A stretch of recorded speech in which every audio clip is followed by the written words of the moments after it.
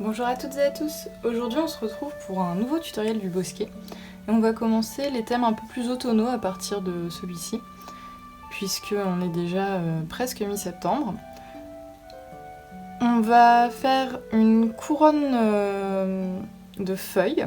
D'habitude on fait des couronnes plutôt fleuries et là comme on arrive en automne on va faire une couronne de feuilles dans des teintes automnales, donc plutôt jaune, orangé, rouge, avec quand même une petite pointe de vert et puis de brun pour les branchages. Et l'idée, ça va être de mettre un message au centre, calligraphié, et de rajouter des éléments par-dessus cette couronne en découpage pour avoir un effet un peu 3D. Donc, on a deux endroits séparés sur la feuille. On a le cercle de la couronne pour avoir quelque chose d'harmonieux au niveau de la forme à la fin. La calligraphie, donc moi j'ai choisi d'écrire Cozy Days. Vous pouvez changer à votre convenance. Et en bas, j'ai des petits éléments qui, moi, me font penser à l'automne.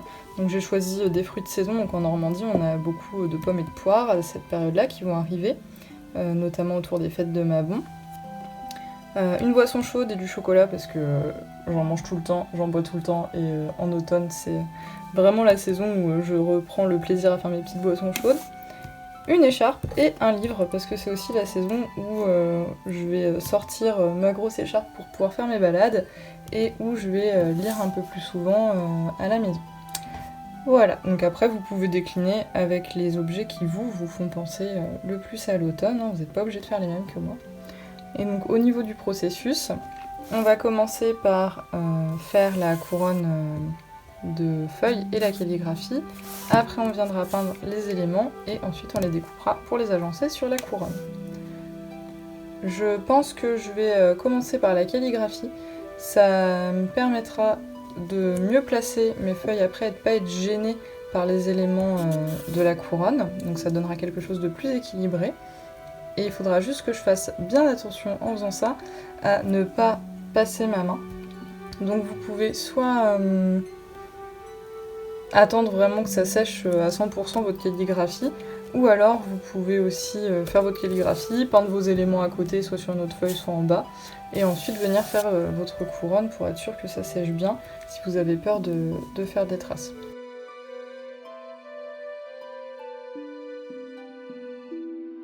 Donc je vais pas prendre une encre pour ma calligraphie parce que je vais la faire au pinceau. Du coup, je vais préparer un brin sur ma palette avec mes aquarelles, hein, tout simplement. Et je pense que je vais prendre Angus de chez Manon du Pigmentarium, comme ça j'aurai peut-être un joli dégradé de couleurs dans ma calligraphie, puisque c'est une couleur où il y a plusieurs pigments, et du coup quand on l'utilise on peut avoir les pigments qui se séparent, et donc ça donne des textures assez sympas.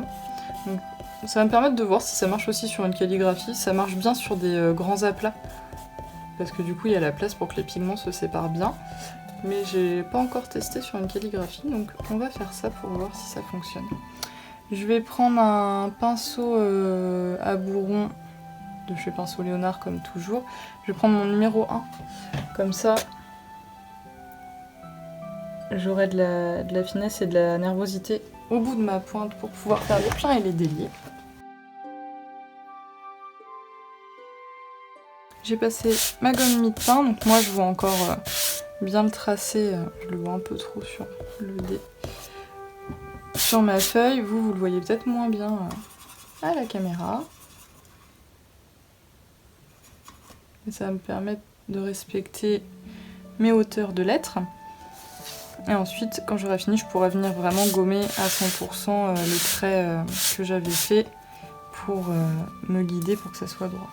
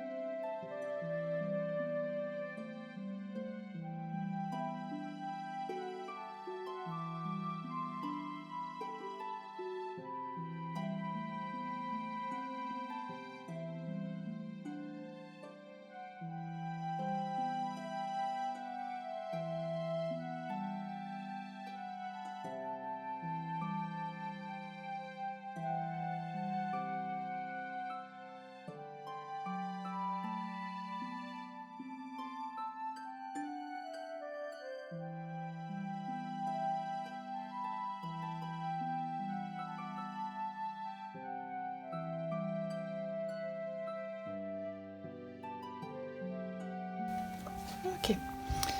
Donc, vous voyez, au niveau des petits conseils que je peux vous donner, ça va être de bouger votre feuille vraiment pour avoir un angle qui vous convienne au niveau de l'écriture. Faut pas hésiter à retourner la feuille dans tous les sens pour être confortable, tout en pensant à bien travailler sans avoir la main posée sur la feuille pour éviter de faire des traînées. Et aussi de respecter le sens de l'écriture. C'est-à-dire que vous voyez, là j'ai utilisé une écriture cursive attachée, où les traits passent les uns sur les autres. Il y a plein de moments où ça se croise.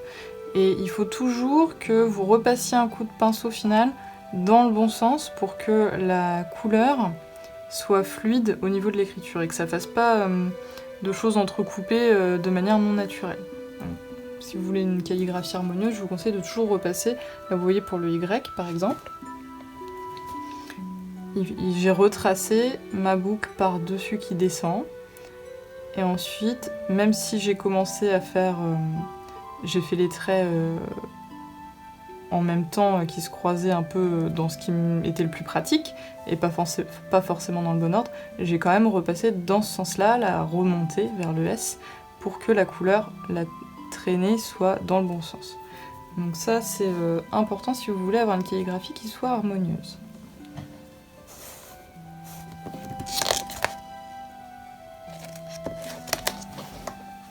On va voir ce que ça donne au séchage. Et pendant ce temps-là, je vais préparer mes couleurs. Donc j'ai dit couronne de feuilles. J'aimerais faire quelque chose d'assez flou, qui fasse comme un fond, puisque je vais rajouter des éléments après par-dessus. Donc je vais préparer un orange, un jaune et un rouge. Donc je vais prendre Marigold de chez Manon du Pigmentarium. Koi qui est un peu orangé, qui est un rouge qui a un fond un peu orangé. Évitez les rouges qui ont un fond un peu bleuté. Vous voyez, je vais pas prendre vermillon par exemple parce que son fond est plus bleuté et ça sera moins chaud. Et comme là on veut quelque chose d'automnal, on veut des couleurs qui sont plus chaudes. Je vais prendre rouge aussi de chez Daniel Smith. Pour les branchages, du coup, je vais rester sur Angus, comme ça, ça fera un ton commun. Et je rajouterai des touches de vert, je vous ai dit, avec rainette. Je sais pas si je vais prendre... Je pense que je vais prendre celui de chez Kat Aqua qui granule un peu. J'aime bien l'effet qu'il fait, mais je le prendrai en dernier pour ajouter des petites touches.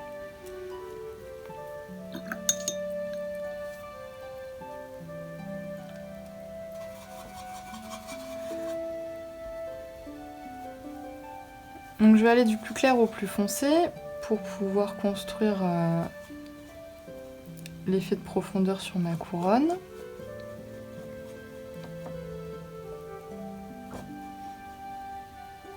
Je vais gommer un petit peu le contour à la gomme mie-de-pain parce que je vais utiliser des couleurs un peu claires. Donc je veux pas avoir de traits de crayon qui apparaissent derrière mes feuilles.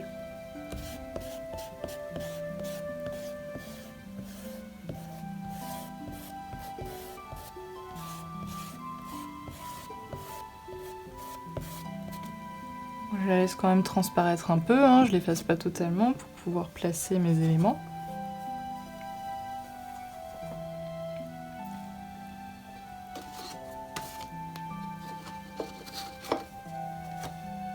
Et je vais travailler un peu comme sur mon logo, avec des branchages un peu flous jaunes derrière, et je vais construire des feuilles de plus en plus nettes avec les couleurs les plus sombres.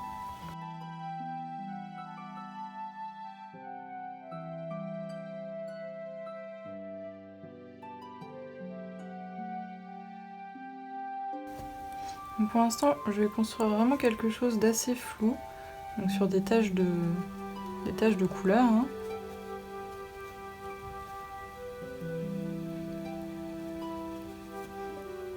En essayant de donner une forme en mouvement vers le haut qui se rassemble. En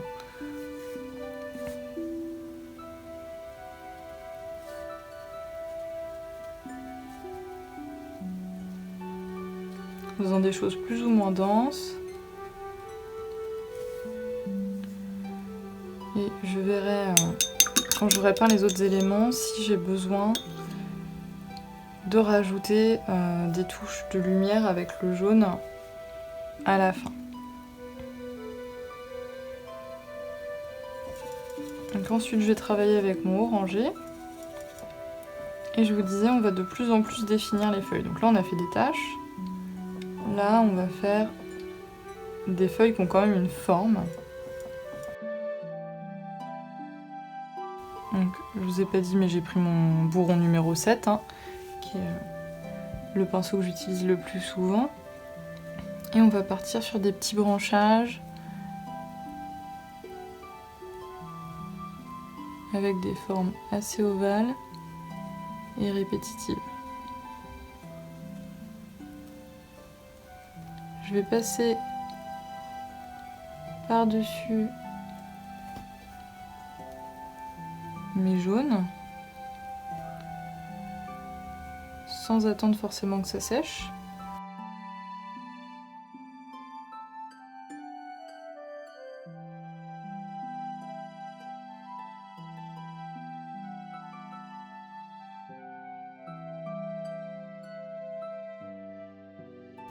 Et en veillant à alterner des branches qui vont être plus par-dessus et d'autres plus par-dessous les feuillages jaunes qui sont déjà présents. Je vais aussi en faire des en sens inverse. Donc là on a un mouvement comme ça. Et donc je vais faire la même chose mais en mettant ma feuille à l'envers pour varier le mouvement dans la couronne.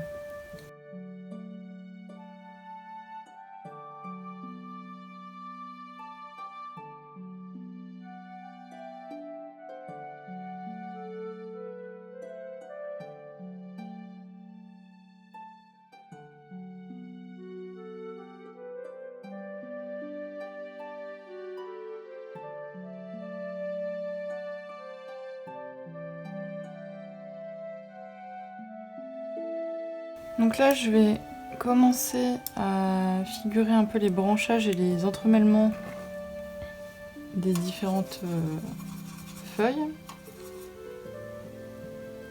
avant de faire mes rouges qui viendront donner un peu plus de profondeur et remplir les grands vides.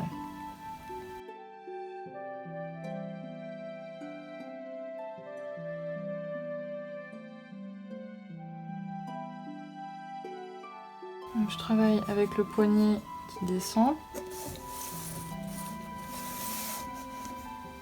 Je vais faire toutes les feuilles qui vont dans un même sens et j'attends pas que ça sèche, comme ça je vais avoir des jolies fusions brunes qui vont se créer et je peux aussi rajouter des éléments de branches qui sont un peu vides pour ajouter du brun.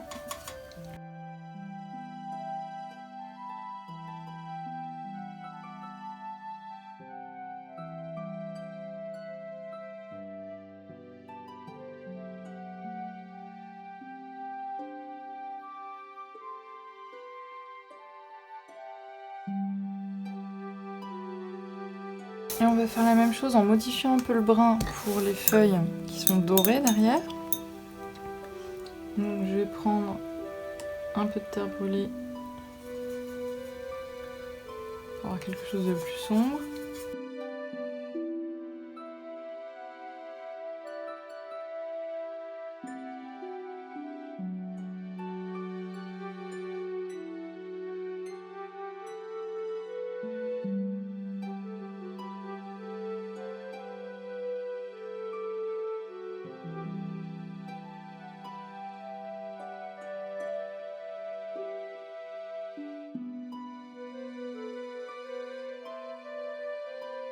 Donc là, si on fait un point d'étape ici, avant de peindre les éléments qui vont être plus rouges, j'ai une ouverture en haut que je peux laisser ou refermer. Ici en bas, il va falloir que je referme. Et j'ai ma couronne qui est un peu aplatie. Ici, vous voyez, ça fait un peu plus une droite qu'un arc de cercle. Donc il va falloir que je rajoute des éléments ici pour arrondir ma couronne. Pareil ici, je vais avoir besoin de rajouter des éléments pour arrondir. Donc c'est à ces endroits-là que je vais placer en priorité mes nouvelles feuilles.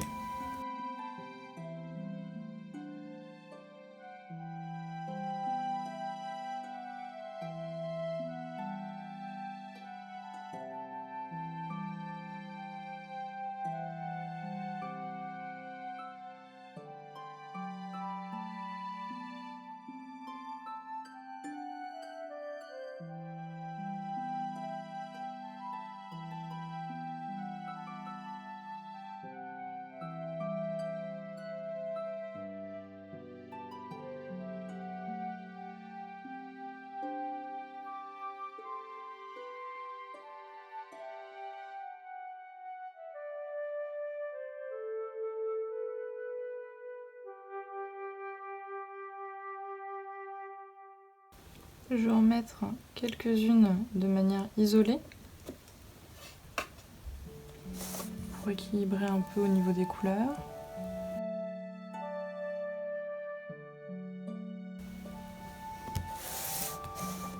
Voilà. Et on va leur rajouter leur branchage.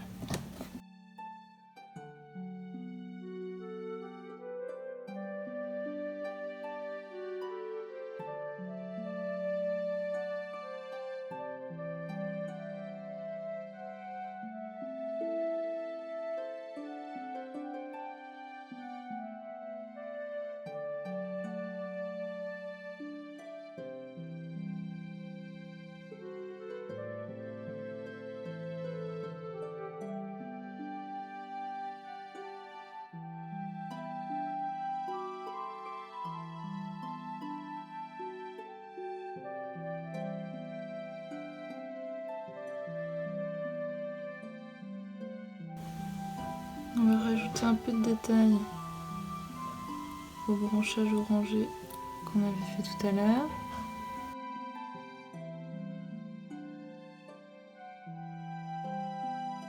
En essayant de respecter les branchages qu'on a déjà peints au niveau des attaches et aussi le côté devant-derrière de chaque branche. Ça va nous permettre de faire ressortir certaines feuilles qui, avec les fusions, ont pu être mis un peu à l'arrière-plan, alors que c'était pas forcément ce qui était voulu.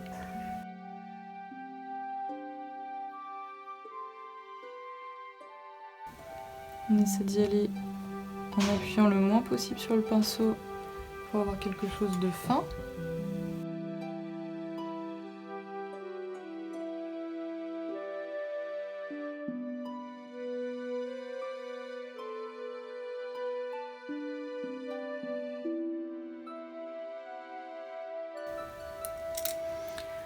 Donc je disais tout à l'heure que j'aimerais rajouter quelques touches de vert.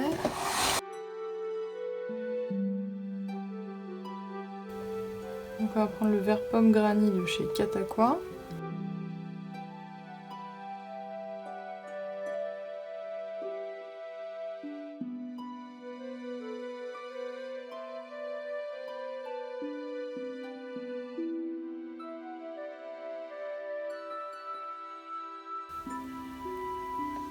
Et on va venir travailler des petites feuilles.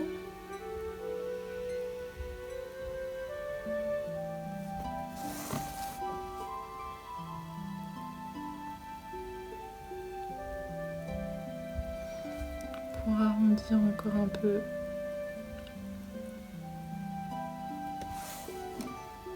cette partie-là de la couronne.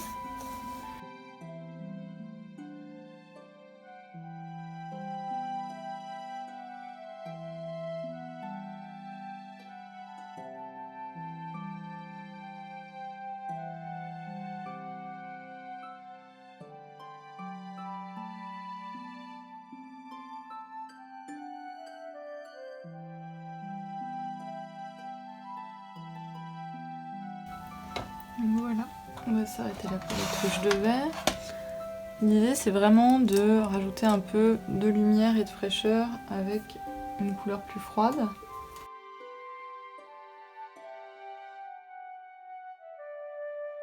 On va venir attacher ces petites feuilles à notre couronne.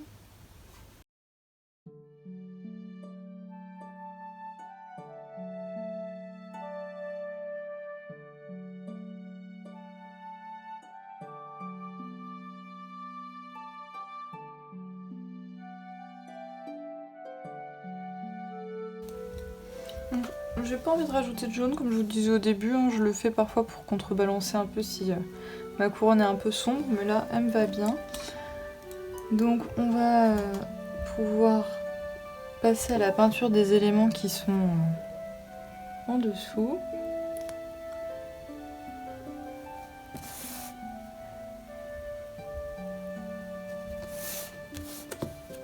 Pendant que la couronne finit de bien sécher.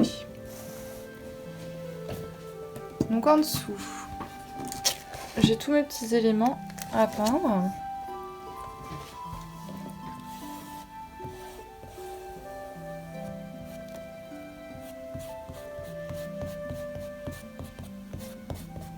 J'ai aussi des petites feuilles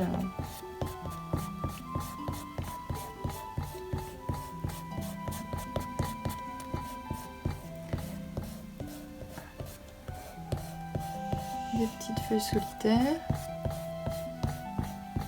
Je vais garder la même gamme couleur, d'accord, à peut-être une ou deux exceptions près, mais pour que ça reste bien harmonieux et que ça fasse pas trop pop-it, que ça ressorte pas trop non plus, puisque ça va déjà ressortir par l'effet d'épaisseur. Vous pouvez prendre un autre parti pris et faire des couleurs totalement différentes qui vont faire ressortir bien plus vos petits éléments séparés, si vous le souhaitez.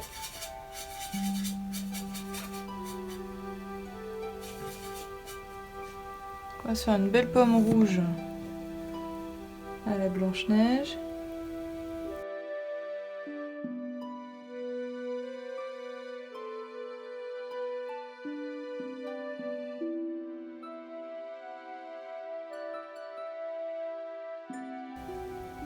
Donc on va la faire très pigmentée.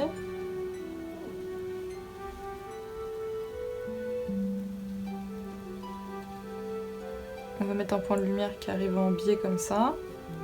Donc on va foncer toute la partie gauche qui est censée être plus à l'ombre.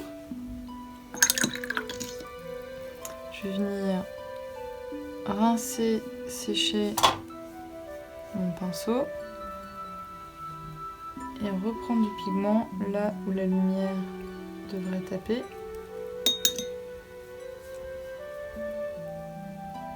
Pour avoir un éclat de lumière.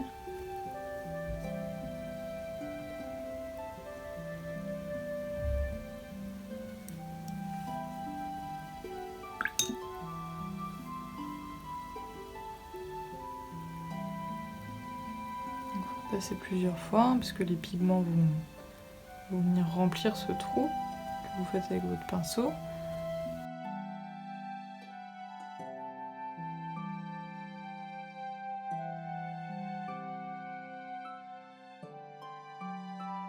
On va laisser sécher pour voir ce que ça donne.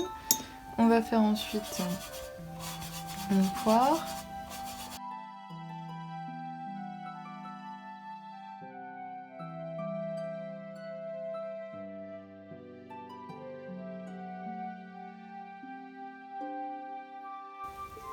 Pareil, si la lumière arrive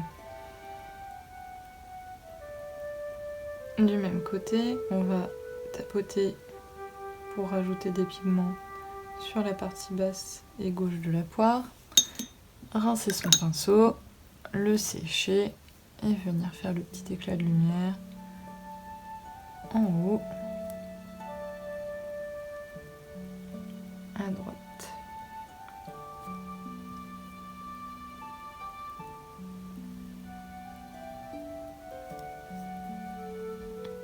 J'en profite pour accentuer celui de ma pomme.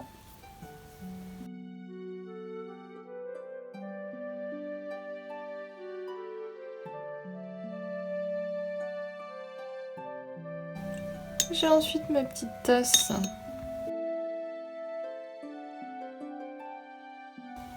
La faire blanche avec des liserés orange.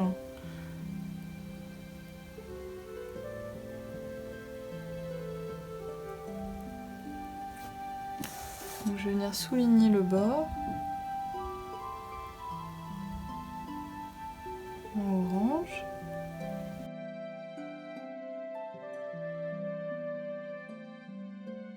Je vais lui faire son petit socle aussi. Dans la même couleur.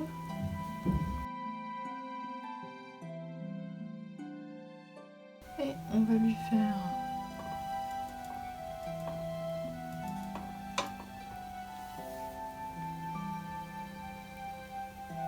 une petite citrouille.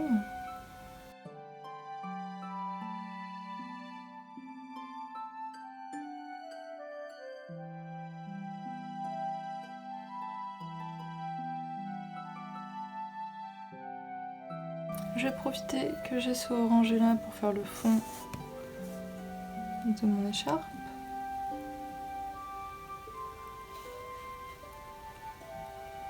En le diluant un peu plus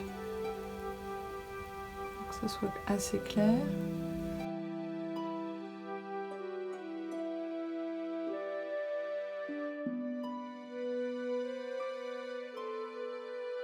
On peut faire le fond du chocolat aussi.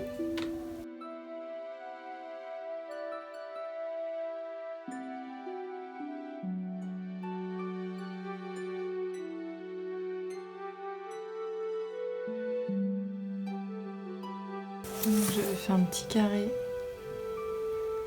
qui était déjà grignoté.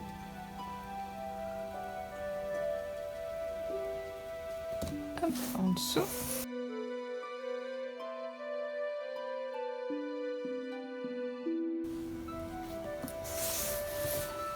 Faire la tranche de notre livre dans la même couleur.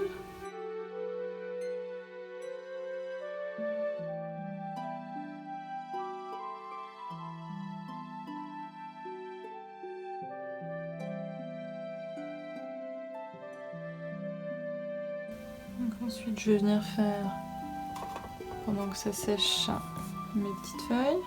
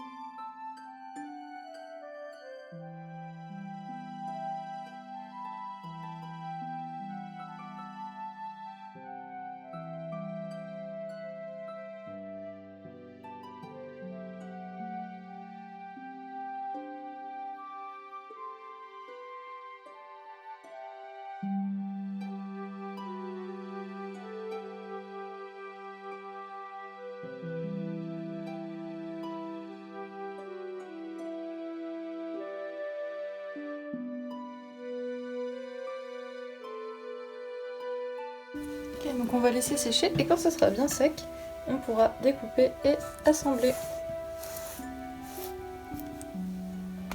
Voilà, tout est sec. On va pouvoir enlever la feuille du bloc, gommer les traits de crayon résiduels et puis faire notre petit découpage.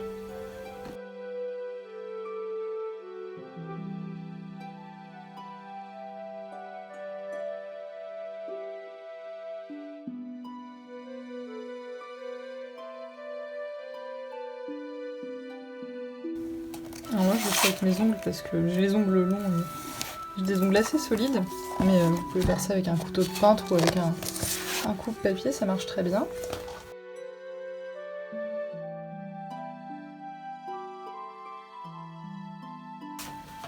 On va prendre la petite planche à découper, la règle en métal et le cutter pour enlever la partie basse. Donc servez-vous quand vous avez une bonne règle, non pas du côté gradué mais de l'autre côté pour couper. C'est plus précis, ça évite d'abîmer le côté qui vous sert pour faire les mesures. Et normalement sur les bonnes règles il y a une petite hauteur comme ça qui permet de tracer et de faire passer les lames de cutter ou autre sans abîmer la règle et sans être directement sur le papier.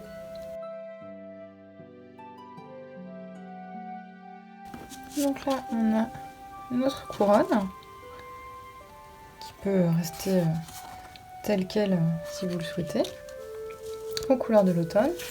Et on a notre petite frise avec nos éléments qu'on va pouvoir venir découper et positionner sur la couronne pour aller coller ensuite si on le souhaite, ou alors juste vous servir comme ça, donc soit d'un marque-page, soit une petite bande illustrative. Je fais le découpage et on se voit pour l'assemblage après. Voilà, tout a été découpé, j'ai fait un premier agencement pour vous montrer ce que ça pouvait donner. Et j'ai pas collé pour qu'on puisse voir ensemble différentes façons de faire. Donc chaque élément est séparé.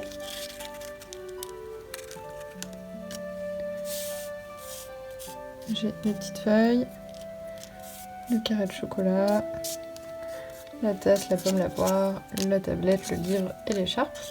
Ce que je vous conseille de faire, c'est d'abord agencer les gros éléments, si vous avez des éléments de taille différente. D'essayer de combler un peu les creux sous la calligraphie. Donc je vais mettre plus d'objets ici, à gauche qu'à droite, parce que là j'ai le Y qui descend, et j'ai pas envie de cacher ma calligraphie. On peut aussi éviter d'avoir les angles droits et les angles un peu trop abrupts, comme la tranche du livre, les tours de la tablette, le côté gauche de l'écharpe. On peut éviter de les avoir trop sur le bord pour pas que ça fasse justement de choses très droites et garder la courbe de notre couronne.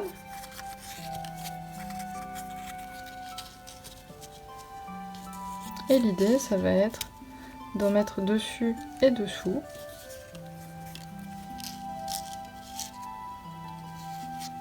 Pour avoir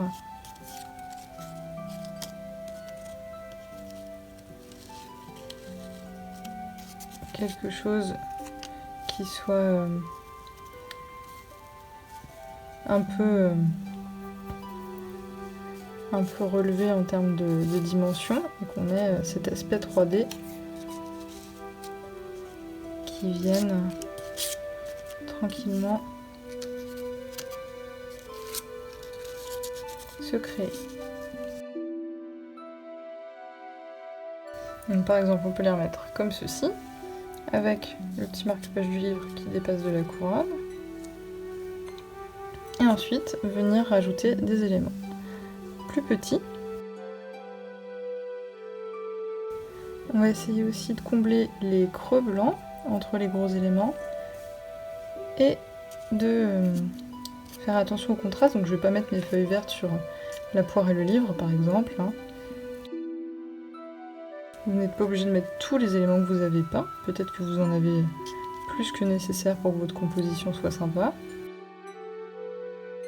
Et une fois que vous aurez trouvé quelque chose qui vous plaît, l'idée ça va être de coller.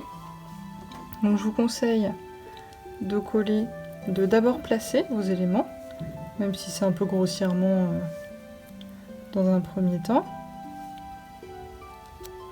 pour avoir une idée du placement de chaque objet. Et ensuite, de coller du dessus, donc de ce qui est vers vous, à ce qui est plus profond sur la feuille. Ça vous permettra d'éviter de ne plus vous souvenir où vous aviez placé les choses. Et donc de vous tromper et de ne pas avoir le rendu que vous attendiez. Donc, par exemple, si comme ça vous convient, moi je collerai d'abord la feuille jaune sur le livre, la feuille rouge pareillement, les feuilles vertes sur la tablette de chocolat ici et l'écharpe derrière. Ensuite j'assemblerai ces trois là, je collerai mes deux petites feuilles. Après ça je mettrai la tasse derrière la tablette, les feuilles, le carré de chocolat, la poire et la pomme en dernier. Et en faisant ça, ça me permettrait de tout coller ensuite sur ma couronne. Donc vous pouvez coller avec n'importe quel type de colle, hein, vu que c'est du papier, même un tube de colle classique en bâton, ça fait l'affaire sans souci. Veillez juste à bien mettre de la colle bien sur tous les endroits qui doivent être en contact avec le papier, parce que comme c'est un papier assez épais, le papier aquarelle, surtout si vous avez pris du 300 g 100% coton comme moi je fais, il faut en mettre partout là où ça doit être collé, sinon ça risque de se décoller plus facilement.